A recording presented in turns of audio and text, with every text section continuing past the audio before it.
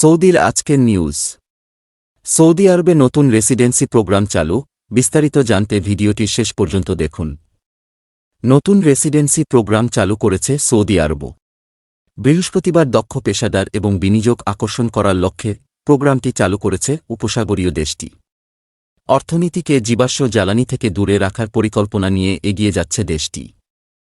খবর রয়টার্সের এক বিবৃতিতে সৌদি সরকার বলেছে, এ উদ্যোগের লক্ষ্য হল কর্মসংস্থানের সুযোগ তৈরি করে এবং জ্ঞান স্থানান্তরকে উৎসাহিত করে দেশের অর্থনৈতিক রূপান্তরকে আরও চালিত করা।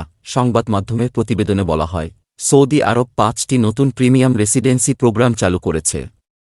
এতে বিশেষভাবে স্বাস্থ্যসেবা, খেলাধুলা এবং রিয়েল এস্টেটের পেশাদারদের পাশাপাশি অন্যরাও সুযোগ পাবে। এ প্রোগ্রামের অন্তর্ভুক্তরা সৌদি আরবে বসতি স্থাপন, ব্যবসা পরিচালনা, রিয়েল এস্টেটের মালিকানা এবং নিজের ও পরিবারের সদস্যদের জন্য ওয়ার্ক পারমিট পাওয়ার সুযোগ পাবে। সৌদি আরবের অর্থনীতিকে তেলের ওপর নির্ভরশীলতা থেকে মুক্তি দেওয়া যুবরাজ মোহাম্মদ বিন সালমানের ভিশন 2030 অর্থনৈতিক রূপান্তর পরিকল্পনার অংশ, যার মধ্যে বিলিয়ন বিলিয়ন বিদেশি প্রত্যক্ষ বিনিয়োগ আকর্ষণ করাও রয়েছে।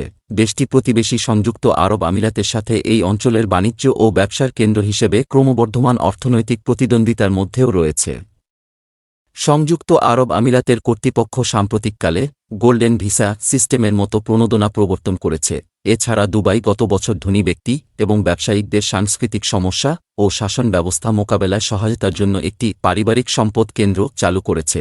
সৌদির সরকারি বার্তা সংস্থা সৌদি প্রেস এজেন্সি এসপিএ জানিয়েছে, নতুন এই প্ল্যাটফর্মের সঙ্গে সংযোগ রয়েছে দেশটির ৩০টিরও বেশি মন্ত্রণালয়ের এবং বাইরের বিভিন্ন দেশের নাগরিকরা হজ, ওমরাহ, পর্যটন, ব্যবসা বাণিজ্য সংক্রান্ত ভ্রমণ, কর্মসংস্থান অর্থাৎ যে কোনো ভিসার আবেদনের জন্য এই প্ল্যাটফর্মটি ব্যবহার করতে পারবেন। এসপিএ জানিয়েছে, কেএসএ ভিসার নিজস্ব সার্চ ইঞ্জিনটি বেশ স্মার্ট ও কৃত্রিম বুদ্ধিমত্তা সম্পন্ন। কোনো নতুন ব্যক্তি যদি ভিসার আবেদন করে, সেক্ষেত্রে তাকে বিভিন্ন পরামর্শ দেওয়া ও গাইড করতে সক্ষম এই প্ল্যাটফর্ম আবেদনকারীর।